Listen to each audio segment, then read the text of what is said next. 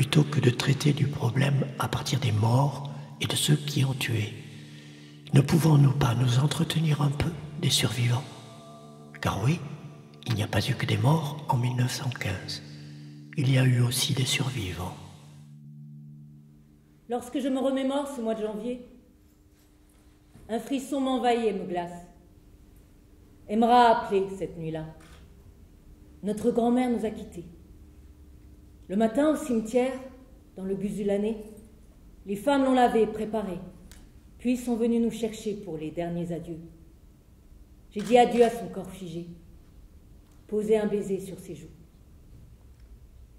Elle ne s'appelait pas Seher, mais Höranush. Moi-même, je ne l'avais appris que très tard.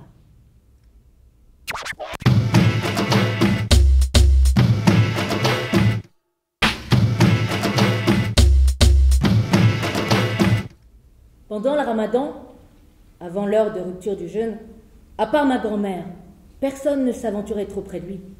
Pour échapper à ses colères mémorables, on le réveillait au dernier moment. Il se lavait le visage et passait directement à table. Nous, les enfants, nous faisions le guet pour annoncer la prière ou le coup de canon. Il était assis, prenait une cuillère de soupe, l'approchait de sa bouche et attendait nos cris. « Grand-père, la prière est dite !» Plus le moment tardait, plus les reproches contre le Hodja enflaient. Il s'emportait, jetait sa cuillère, se levait, tout en continuant de pester contre le religieux, se rasseyait et reprenait sa position. « Allez, lis, mon vieux, lis quoi, mon Dieu, quelle patience! Allez, lis, bon sang !» Je me souviens d'un de ses retours à la maison. En fin d'après-midi, un jour où ma grand-mère recevait. À sa mine et à sa démarche, on devinait qu'il était tenaillé par la faim, et ça ne présageait rien de bon. Il alla directement vers ma grand-mère, se pencha pour lui souffler à l'oreille, mais de manière parfaitement audible. « Ces dames n'ont pas de famille? Qu'est-ce qu'elles font encore dehors à cette heure-ci? Pourquoi est-ce qu'elles ne rentrent pas chez elles ?» Et ma grand-mère lui jeta un regard courroucé. « Ah, toi, musulman !» Lorsqu'elle se fâchait contre grand-père, c'est ce qu'elle lui lançait. « Oh, toi, musulman !» Nous pensions depuis toujours que grand-père et grand-mère étaient cousins. Mais ce n'était pas vrai. Qu'elle était de Tchernik. Mais c'était faux. Une grande partie de ce que nous savions depuis toujours se révélait faux. C'est bien plus tard qu'elle comprit que sa grand-mère aurait voulu se libérer de ce fardeau. Raconter ce qu'elle n'avait dit à personne. Mais elle était convaincue que c'était dangereux pour sa petite fille. Elle essayait de la protéger à sa façon. Fétillé a insisté longtemps pour qu'elle raconte de nouveau. Elle a fini par en dire un peu plus. Elle s'interrompait souvent, reprenait sur son insistance. Mais sans donner d'éclaircissement, elle se refusait à exprimer ses pensées, ses sentiments. Après avoir passé le pont de Madène, à Avler, Höranush a vu sa grand-mère paternelle jeter à l'eau 2 de ses petits-enfants. Leurs parents avaient été assassinés et les petites ne pouvaient plus marcher.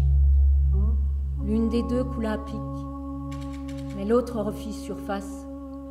Sa grand-mère enfonça sa tête sous l'eau. L'enfant essaya de ressortir. Les chemins de la mère et de la fille se sont séparés à Tchernik. Ils ne se croiseront plus jamais. Le petit frère qui pleurait, croyant que les gendarmes allaient tuer sa mère et sa grande sœur, la grand-mère maternelle et la tante ne sont jamais revenus. Ce même jour, Koren, le frère de Höranush, était lui aussi enlevé.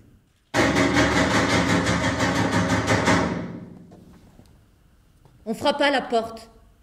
Nous avions de la visite. Grand-mère s'arrêta de parler. De toute façon, je n'avais plus la force d'en entendre davantage.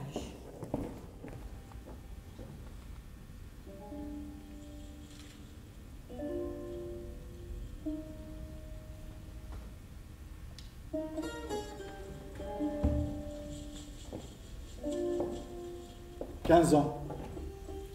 C'était l'âge du grand-père de Fétillé quand il a été marié à sa grand-mère. Elle en avait 16. Il venait de perdre ses parents. Il était le neveu d'Esma, la femme du caporal. Koren est parti clandestinement avec les passeurs vers Alep. Grand-mère dit que lorsqu'ils se sont quittés, c'est comme si elle laissait partir la dernière brisure de son cœur.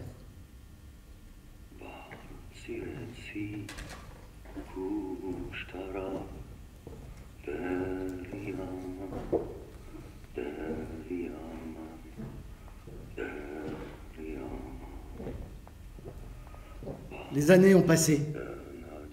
Ranouch avait perdu tout espoir lorsqu'elle reçoit une lettre de Koren. Il lui écrit comment il avait retrouvé son père et qu'ils étaient partis en Amérique. Très vite, ils entament une correspondance, échangent des photos. Un jour, Mahmoud est venu dire à sa mère « J'ai fait faire un passeport, je vais partir en Amérique. » Et elle, bien que mourant d'envie d'y aller, elle lui a répondu « Je ne peux pas y aller, alors au moins que mon fils y aille et embrasse les mains de son grand-père et de sa grand-mère. » En été, son fils est parti à sa place aux États-Unis. Ses grands-parents l'attendaient. Ils ont été déçus à son arrivée.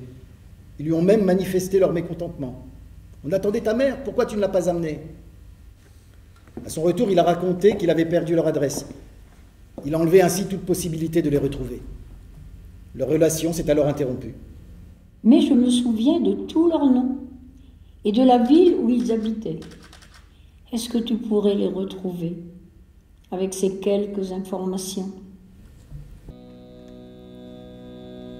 Cela se passe en 1918, du temps où tout le monde fuyait en tous sens, les uns agrippés aux autres autour d'un même désespoir.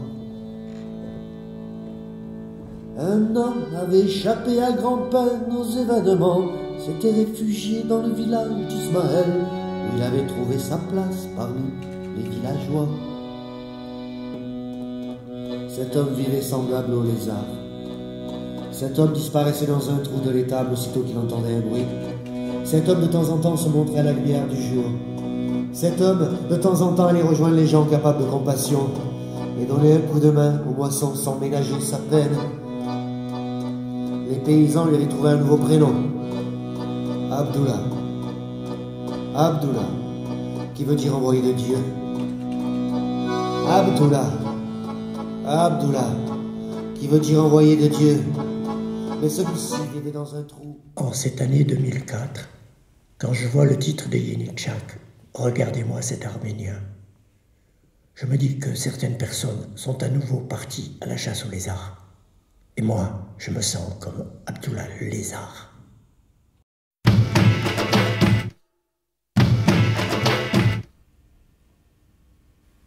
Un jour, Randink m'appelle depuis la rédaction d'Agos et me dit de passer au journal car ma famille des États-Unis me cherche.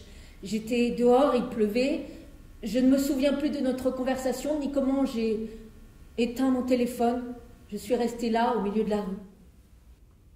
Peu à peu, Fétillé recolle les morceaux du puzzle familial. Elle voulait que tout cela soit écrit. Écrire. Pour se réconcilier. Même si je vis dans l'inquiétude d'une colombe, je sais aussi que les gens de ce pays ne touchent pas aux colombes qui vivent dans le cœur des villes, au milieu des foules humaines, craintives, certes, mais libres. J'ai entendu parler des massacres pour la première fois quand j'avais 4 ou 5 ans. Pendant toute ma vie, j'ai eu peur des Turcs. J'éprouvais une profonde haine envers eux. La négation de l'extermination des Arméniens a encore aggravé les choses. Puis j'ai appris que vous êtes turc aussi, mais qu'en même temps vous êtes une partie de notre famille. J'aime cette famille et chacun de ses membres. Je désire faire la connaissance de mes autres cousins et jouer de la musique avec eux. Pour autant, je détesterai toujours tous ceux qui nient les massacres et je ne leur pardonnerai jamais.